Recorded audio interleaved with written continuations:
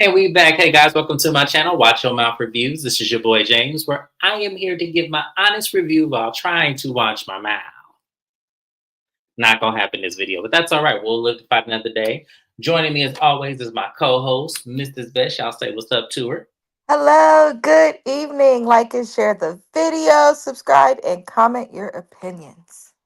Yes, please comment, like, subscribe to both channels, please. Please subscribe to both channels, especially if you're watching and like what you see. Go ahead and hit that subscribe button. It's free 99. Don't cost you nothing. I promise you, I don't have a membership only things yet. So y'all go ahead and just do it while it's free. It's not gonna hurt anything. And also while you're doing that, subscribe to Mrs. Best channel. Any recaps or reviews that I don't cover on my channel, we cover on hers, like Love and Hip Hop Miami, Real Housewives of Beverly Hills. Will be on her channel this week to cover those shows. And if you want to see our opinions, especially me going off, y'all need to be there and y'all need to comment. Her link is right here and also in my description box. All right. Let's see. Kevin Reynolds made it in. Hey, Kevin Reynolds, thank you for joining us. We appreciate Hello, you. hello. So, with that being said, let's get into the episode of Real Housewives of Potomac. This episode called "Love in the Fast Lane." Okay. So the episode opens up with Giselle. She's talking to her girls, Benevola, Peace, and Treaty. I'm just playing, y'all. Grace, Angel, and Adore. They talk about, they ready to go to college and everything. They're working, building up the money. Giselle's saying how she's about to be an empty nester. And she, is ready for all of that. And then the conversation took an interesting shift. It really was. You ain't never lied, Kevin Reynolds. It was boring as hell. But she talks to her girls about her father's will and how this new will up and appear when Giselle was at the hospital with her father, which was constant. He could barely hold a pen. His surgery, after surgery, things start to decline. So she don't know where this will came from. So she's about to contest the will because initially it says that she got nothing, her daughters got nothing, and her father had a huge legacy. So she finds it hard to believe that he would just leave her nothing. And I could believe that. I could believe that, he didn't leave her. I don't know what happened. Is he married? Does he have a new wife? Is that what the circumstance is? She was kind of skating around what actually happened. So we just left to assume that maybe he remarried, maybe he has a new wife that's not Giselle's mom. And, you know, the lady forged a whole nother will. Mrs. Best, what do you think since she didn't give us anything? I don't know. And that's one of those things, like just the way I am. He's passed on, contesting the will. I can understand it. I do find it strange that he didn't leave his grandchildren anything because he was very close to them. Hmm. But at the same time, I'm sure that her children will be okay between both of their parents. But it's unfortunate. I hate when people pass on and then things like this happen because she's still, it's still new for her, it's still fresh.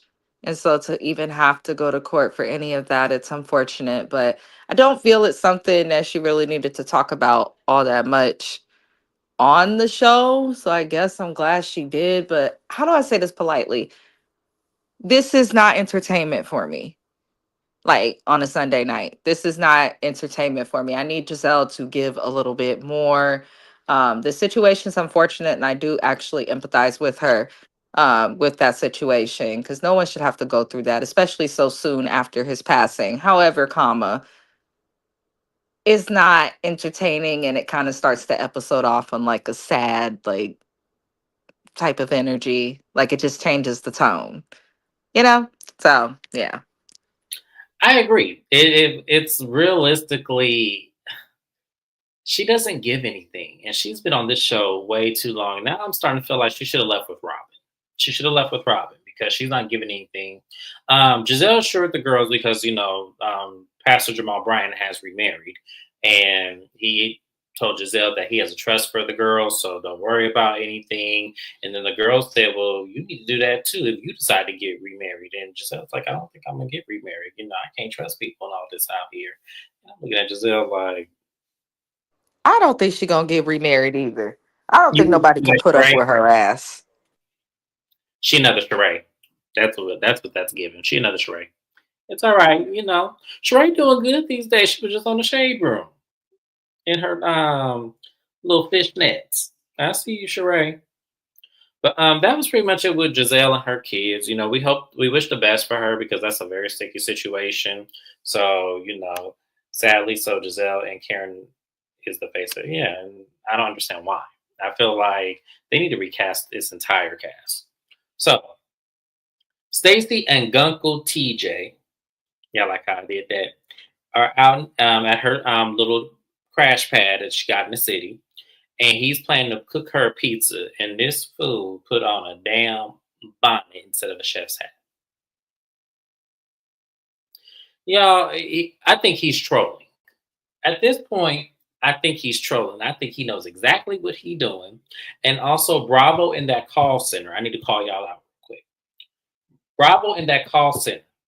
Whoever this cameraman is that is filming in Stacy's house whenever these two are in scene, can you tell that cameraman to start zooming in on his ass? We get it. We know he got a big ass. We understand. But we don't need to see it every time he's on camera.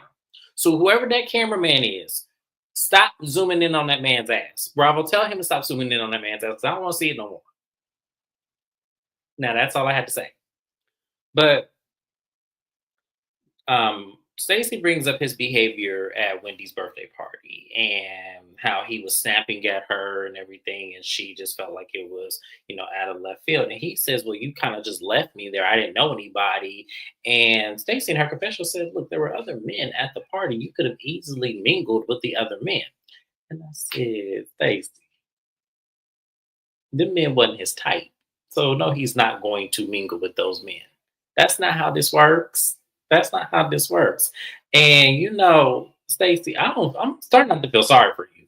Whatever happens or whatever the outcome is of this relationship that you're so in hope and in bliss about, I ain't gonna feel sorry for when the shit go haywire because it will. And that's gonna be so I ain't gonna feel sorry. I'm just gonna look at you and go well, Stacey. But they talk about her upcoming divorce. She doesn't really share too many details because she said that's a private matter between, her and her husband. And, she also brings up the conversation about her speaking with the women about him and how, in terms of that, they were just saying that she probably needs to date because she's only known one man for 16 years. So she poses the question, like, do you mind if I do date? And he goes, no, I don't mind. You need to do whatever makes you feel comfortable, but please know I may be doing the same. And he pretty much tells her, like, when it comes to the ladies, like, I don't care what they think of me and everything like that. And Stacey lets out the bag, which I'm not surprised about this, that TJ's never been married. Are we really shocked about that, Mrs. Best? Are you shocked that TJ's never been married? No, because no, I am not shocked. That's what I will say. I'm gonna Mhm. be nice. Yeah, we're gonna be nice. We don't that wasn't hard to believe. Yeah, that sounds about right. And pretty much she says that there's no desire to have me when it comes to you. Like, you don't lust for me. You don't tell me, you want to be with me. You should be doing that. And he was all like, I go with the flow with the relationship. Like, I don't need to have sex unless I'm in a committed relationship. I said, now which one is it? Is it a committed relationship or is it marriage? Because we're confused now. You said in the beginning, or at least Stacey put in the beginning, that you were very adamant that you're not having sex until you're married. Now it's a committed relationship, TJ. I'm like, Stacey, if you don't pick up on these context clues, this man is literally verbatim saying all of the context clues. Why aren't you getting it? Following Stacey and TJ is playing it. They really are. Because there's no way he would have said all these things and I wouldn't have called it out right in front of all these cameras. What you mean committed? I thought you said marriage. That's two different things. Listen, if you put any heterosexual male in front of the television and let him watch that scene with TJ, they're gonna be like, "What the hell is going on here? Something ain't right. Something ain't right." And I am not gay bashing or gay shaming, but I don't think TJ like women. There's nothing that anybody could tell me to make me think that. He's too sensitive. Most men, like, I've gone to events with my husband and he has been kind of quieter, just kind of around. He'll quietly follow me behind, picking up the free drinks as he goes, getting plates of food as he goes. Like most men ain't gonna trip if they female is talking to her girlfriend. So it was just very, very strange how TJ even cared. Like I can't. They are playing with the church's money. Shame. Because it's very clear that these people are not in a relationship. I don't even think they're friends like that, personally. Because there's no camaraderie between these two at all. There's no nothing. So I just can't, James. I can't. Um, I agree with you. And DM Rock said, "Hey, Giselle said on Watch What Happens Live that she addresses Mia and also said that Mia is dead to her for bringing up her daughters." Okay, well, I guess we'll cross that bridge when we get there because she should have did it right then and there when Mia said the shit. I don't care now that it's 2, 3 episodes later. Who cares? Like, yeah, because Giselle always is late doing shit, and then when that's why I think that that's her problem. She always has to process and drag it out and make sure it's strategic. I'll give her that, but we're not going to care if you didn't do it right in that moment. It's not going to be relevant anymore when you do bring it up and address her. You should have addressed her then, but like, don't be talking about my children. I'm not talking about yours. And second off, my kids are teenagers. They're going to do shit. What that got to do with me bringing up what you told us? Like, that's what I'm saying. That shit was stupid. Like, so I'm glad she did address it, but I feel like it's too little too late. I don't even care about that no more. But, we'll see when that episode airs. We'll see what happens. I hope it's very good TV worthy. I hope Giselle shows us something she ain't never showed us before. That's all I'm saying. So I'm gonna move on from there with Stacey. Y'all get that shit together. Bravo on that call center. I don't want to see that man ass no more. Um, Wendy and her sister meet up with their mom, and basically Wendy gives us this, prologue about how, in her heritage in her community that, you have three options. You be a doctor or a lawyer, or if you're very crafty, an engineer, which we all heard that. I've heard it. Mrs. Best has heard it. It's very much a popular saying that goes on in that community. And she's nervous to tell her mom that she has resigned from John C. Lincoln because she knows her mom is probably not going to take that well. So when her mom gets there, they first start the conversation with the birthday party. They glad that, Eddie's family did come. It was a beautiful moment and everything. So she's happy about that. And she tells her mom, she says that she resigned from John C. Lincoln. And the mom was like, "Oh my God, are you crazy? What are you going to do?" And it was like, well, she has options and she is grown. But then I have to remember cultural and, traditional mom. So, but Wendy reassures her that, look, she wants to spend time with her kids. She wants to, adventure on her TV show, which is on here on YouTube, I believe. I only saw the pilot. I have not seen anything further beyond that. And she said, something that Wendy said that made me kind of look at the situation differently is that she didn't feel appreciated at her job. She felt just tolerated. And how many of us have felt that way at a job where we didn't really feel appreciated? We were just felt like we were just being tolerated because they say, "Hey, we need you, we paying you, this is what it is." And I can understand that. So I can understand her leaving her job. Mrs. Best, how did you feel about that? I get that she's leaving. I don't really care, Wendy. Interact with the group. Ciao.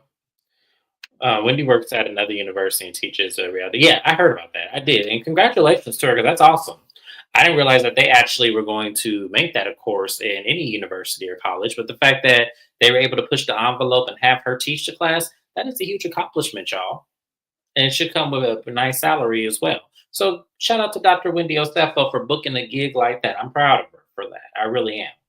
The thing with Wendy is black excellence at its finest. She really is. Yeah. But in terms of being on a show, somebody threw a drink on her and she didn't do shit. So I don't expect for Wendy to give much. She also gets easily offended. Don't want to talk about the real, and I'm sick of seeing her mama on this TV. Well, It's just how I feel. there you have it, Mrs. Best Spoken. And as I said, this episode was boring. So we trying to make it entertaining. Y'all, sorry if this is not entertaining enough. I really am sorry. but they really did not give us nothing. The university is all the way in Connecticut. Oh.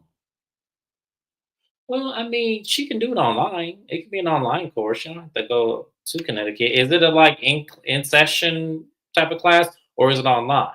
If you know DM Rocks, let me know because I'm thinking, okay, well, maybe it's online, but Connecticut of all places, I would have thought for sure California picked that up. But okay, hey, get your money, Dr. Wendy. That's all I'm gonna say. But I'm gonna go ahead and move on, y'all, because as I said, this episode was so boring. Oh, it is in class. Oh,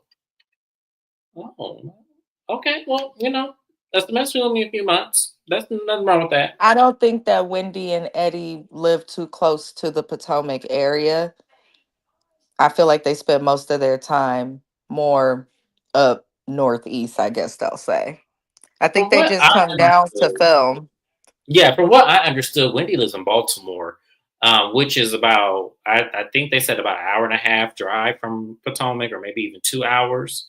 But they said Wendy lives on the other side of Baltimore, like how Baltimore is set up. She lives like off of like a whole like you have to go all the way around on the other side. So I'm like, oh, okay, so it's far. All right. Yes. Yes. We agree. But yeah. Once again, congratulations to Dr. Wendy. We hope it goes well in Connecticut in class sessions. I'm hoping that they offer that in other universities too, and you make a very good phenomenon of this whole experience. We really do appreciate you.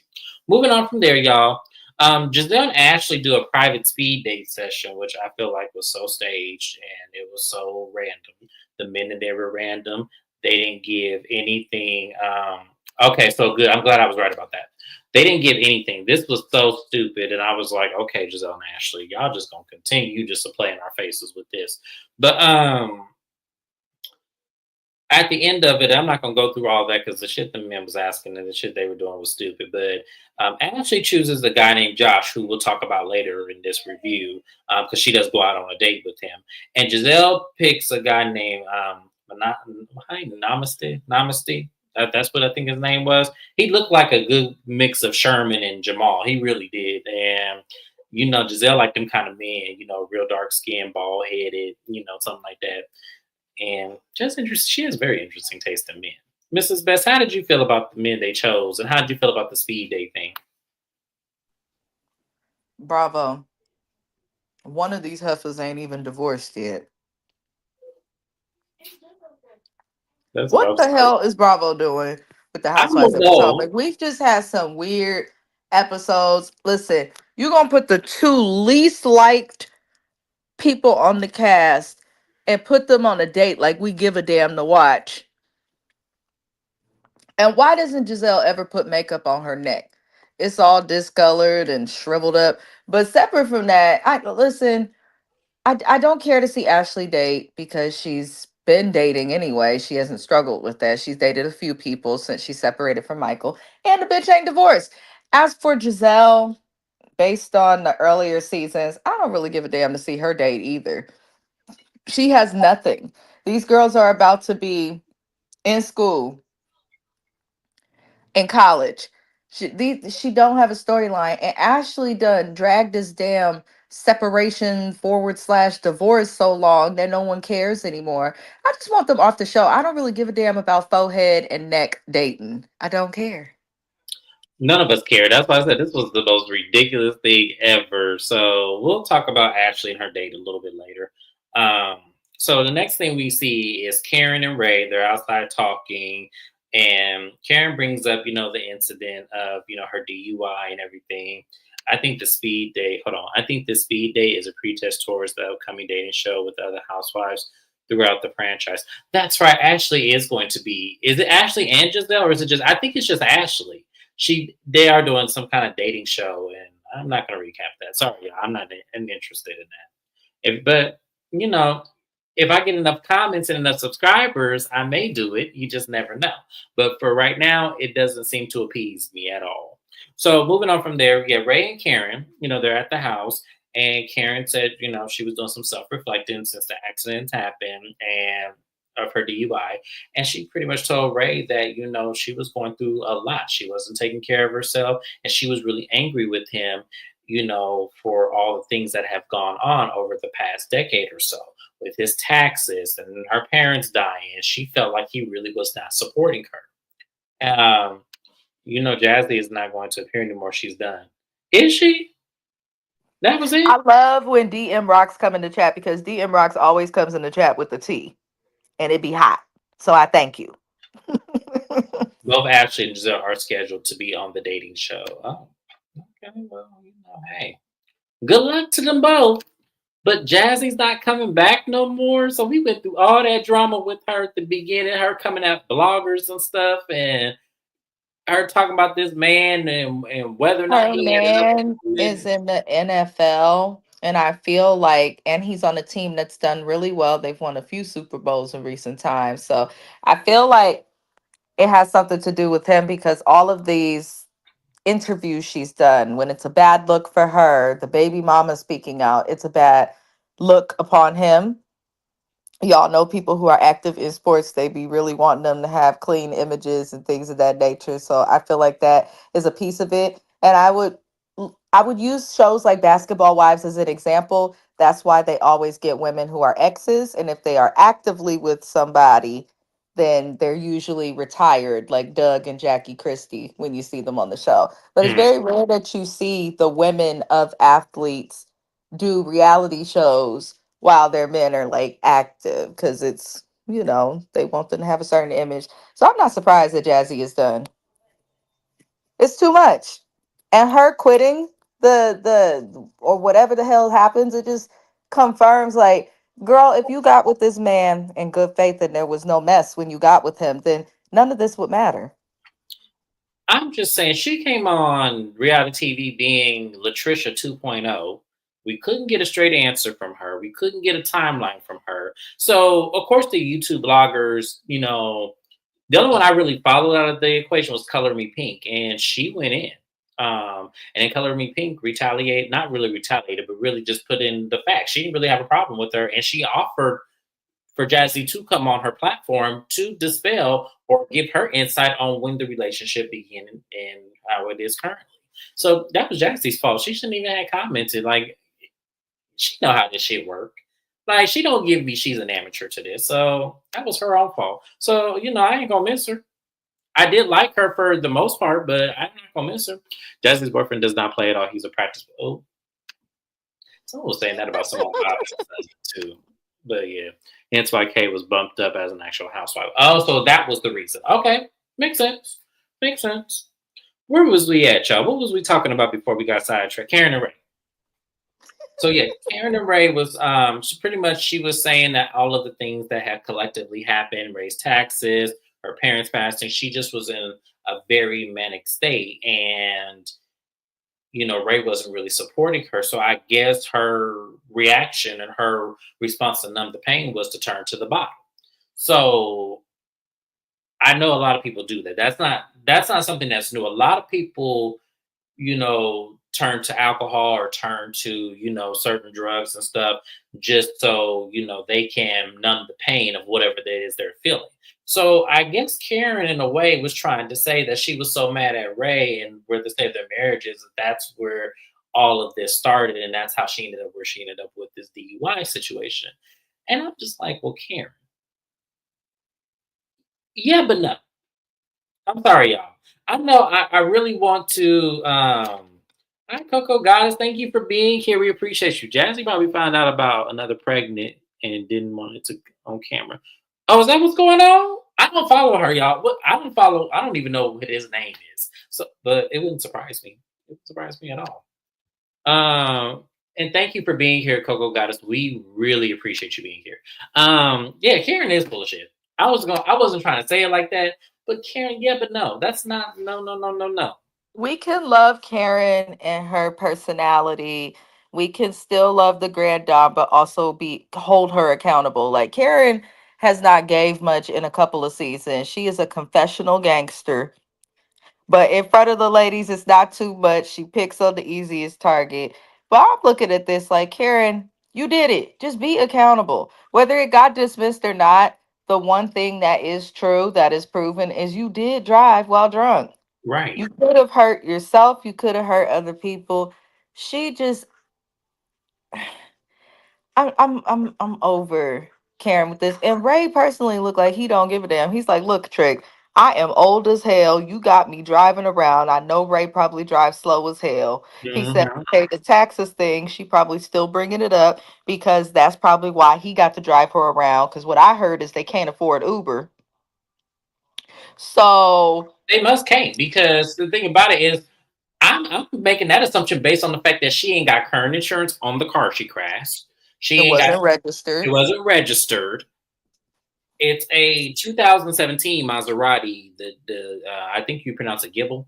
I looked it up. A 2017 today is only like $25,000. You can get you Ray a is nice lease. too old to be her Uber driver. He Yes, is too. right. I Can mean, you they're imagine probably Ray right. driving through the streets at night of all times? Ray looked like he could barely make it from the car to the door when they arrive at events.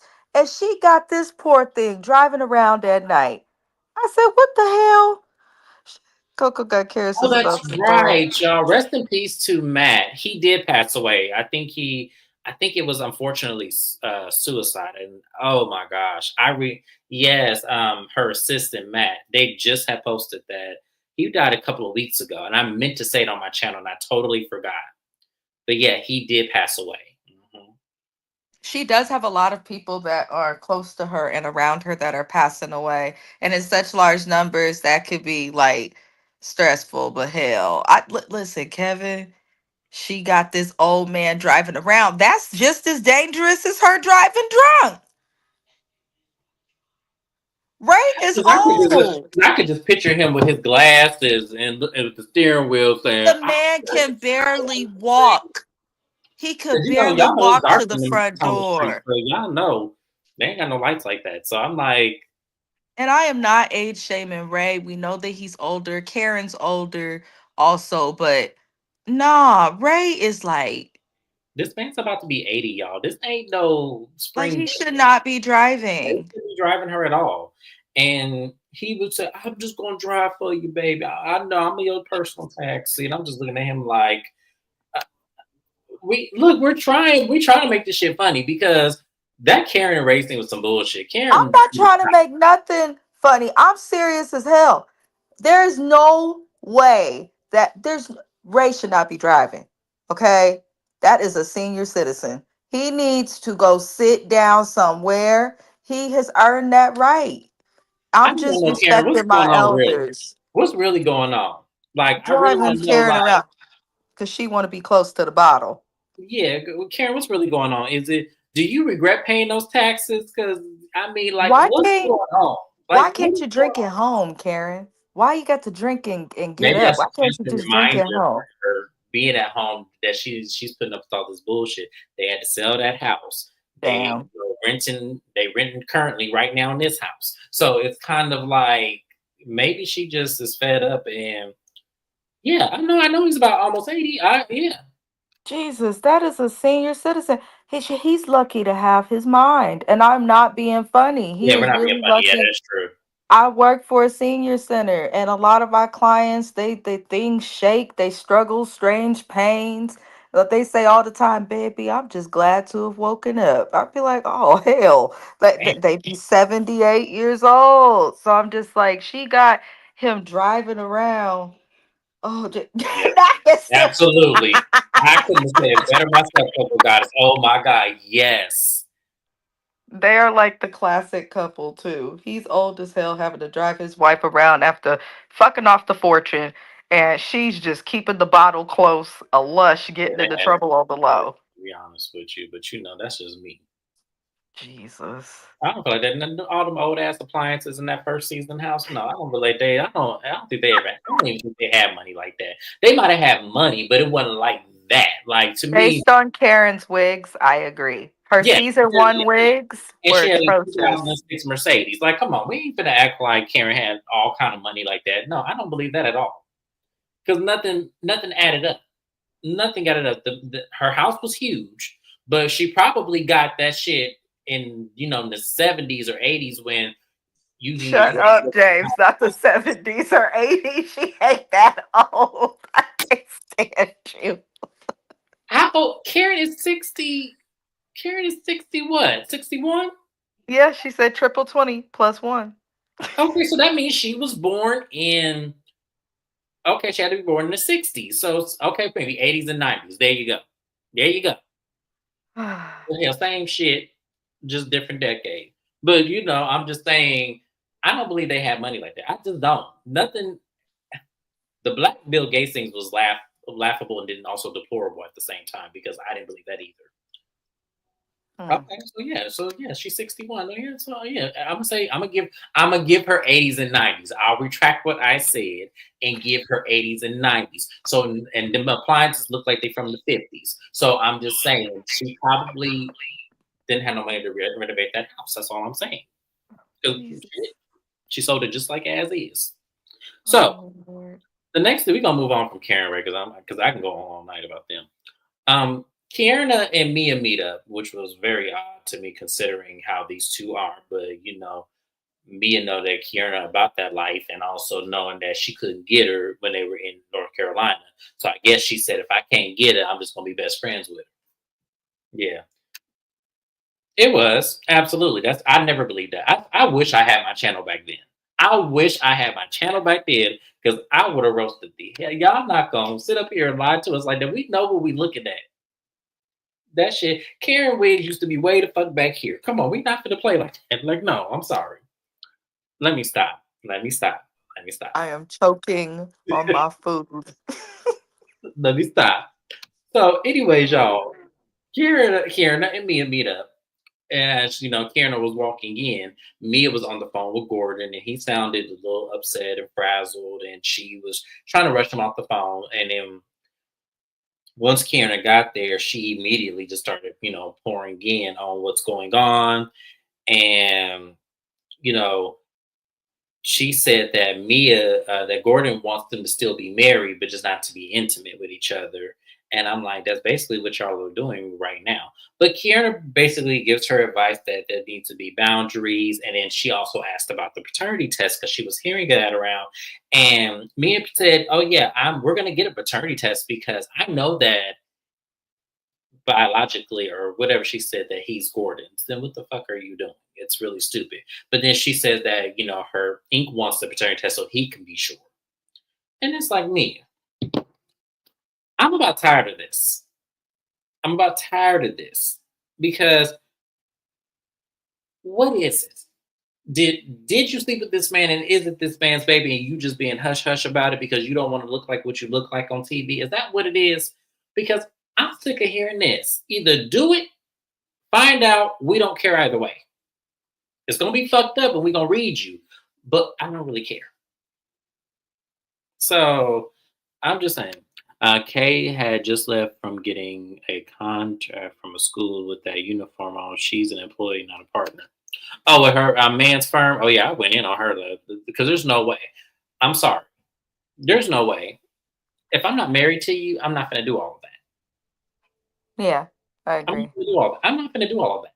I agree. I might bring lunch, but I'm bringing lunch for you. I'm not going to feed your mama. I'm not going to feed your brother. And I'm not going to feed the receptionist that had the attitude. I'm not going to do any of that. So, and I'm damn for sure ain't going to be working up in there for free when I have my own damn business to work out.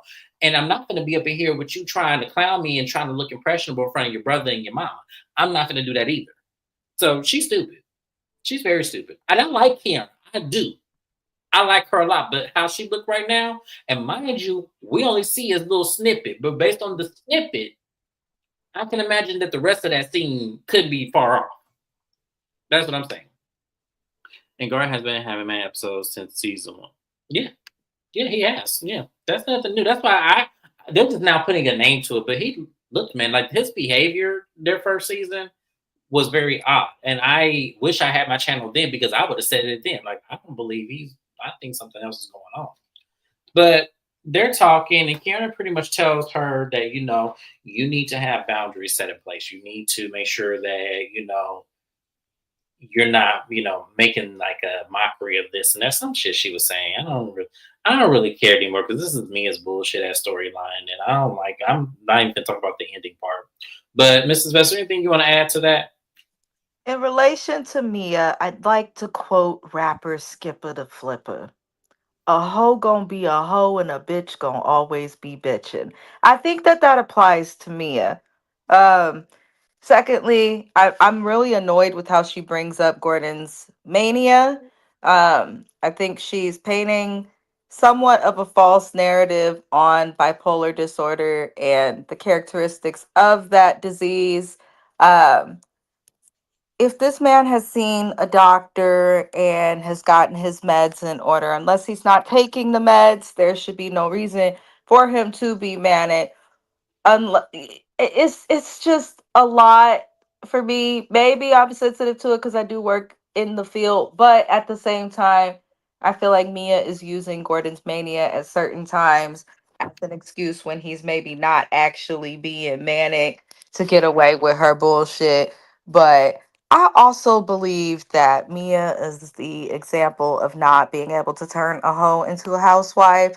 And I firmly believe that Mona Scott Young should inquire with Mia about being on Love and Hip Hop Miami and or Atlanta, or the little skinny man that's funny looking from the Zeus network. Maybe he would like to take Mia on, because this behavior, in my opinion, declasses the show. And I'm also bothered by the size of her hands and feet. So that is all I'm going to say about it. As for Kiarna, what is going on with that med spa girl? I just have questions because when we met you last season, you were showing us your med spa, you claimed to own it. Now suddenly you are dressed like a school employee for a man that you're not married to and who's not that cute nonprofit organization. So I I'm mean, just curious of what's going on. And why are Mia and Kiara meeting up in the first place? It's just all weird. I said that. I said that just a moment ago. I was like, that's just weird. I felt like they shouldn't even be meeting up. But yeah, I feel the same way. And I said what I said. Kierna, I like you a lot. I really do. But this ain't it, baby. I'm sorry. This ain't it. First of all, that man, how's it go? The man's out of her league. Am I saying that right? Or she's out of his league? Yes, there you go. There you go. There Okay, you go. I didn't remember which way it went. She's out of his league for sure. Wait, that don't even sound right. Wait, he's No, I out. think I had it right the first time. He's out of her league. Yeah, Keanu's out of that man's league for sure. That's almost the equivalent of Portia and Dennis. That's, that's almost the equivalent. Oh It dear only goes, God. and I don't feel like he got money like that. I don't. I don't feel. I feel like he's very much a regular. I feel like she got more money than he do. I so, unless Well, he's an LCSW. They are paid well, very well. So yeah, because even still, LCSWs can do so much. They can understand the laws, they can handle the billing, they can practice therapy, they can do social work, they can do a lot. They are paid well. that scene from Set It Off just with Jada and the greasy man just popped in Oh my head no. reading Kevin Reynolds' comment right now because that's what I'm picturing. The grunts and the grease and everything. Yeah, that's what I'm picturing. I just want to let you know that Kevin Reynolds, you just put that in my head. Thank you. I didn't need that now. But to respond to your comment, it could be. I've known women that did real goofy shit over that eggplant. And I mean some real goofy shit, some shit you ain't never think anybody in their right mind with common sense would do, but they do it. Women think higher of yourselves. It is not that serious. I promise you, it is not that serious. So let's move on, y'all, because I got to get to Married to Medicine because that's what y'all really here for. So Ashley goes on her date with the guy Josh, and we learn, as they're getting to know each other, that he actually was diagnosed with thyroid cancer, and he's had 2 surgeries, and he's been in remission. And that totally changed Ashley's perspective of she kind of had like an aha moment, and I'm just like, yeah, she ain't gonna get that man no chance. So I mean, I'm glad that he came and told his story. We're still praying for you because, as you guys know, I lost my father to cancer this year. And anybody who's saying they're in remission and beating it, my prayers and my hopes are all for you. That's all I want to say. Mrs. Best, thing you want to add for Ashley's little date? No, the guy was cool, but I just when they gonna hand Ashley her pink slip? I mean, I need them to hand it and say, "Don't collect $200 when you pass go. Get your ass up out of here, please." So the last thing we'll talk about is Mia and Gordon. Basically, I'm not gonna go because, as I said, Mia full of shit, Gordon full of shit. I don't care, but thank you. I appreciate you, Kevin Reynolds. Thank you so much. Um, Basically, they're explaining to their kids that they are, going to go ahead and, get a divorce. They also explain their children what marriage is. The daughter cracked me up when she asked how they met because it gives me that she Googled that. She Googled her parents, and that's probably what came up, but she just wanted to hear from them. Y'all know how kids can be.